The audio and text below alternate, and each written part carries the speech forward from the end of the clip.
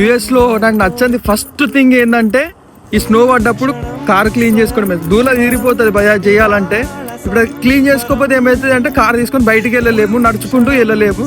So clean చేసుకోవాలి. ఇప్పుడు అందుకే వచ్చినట్టు కిందికి.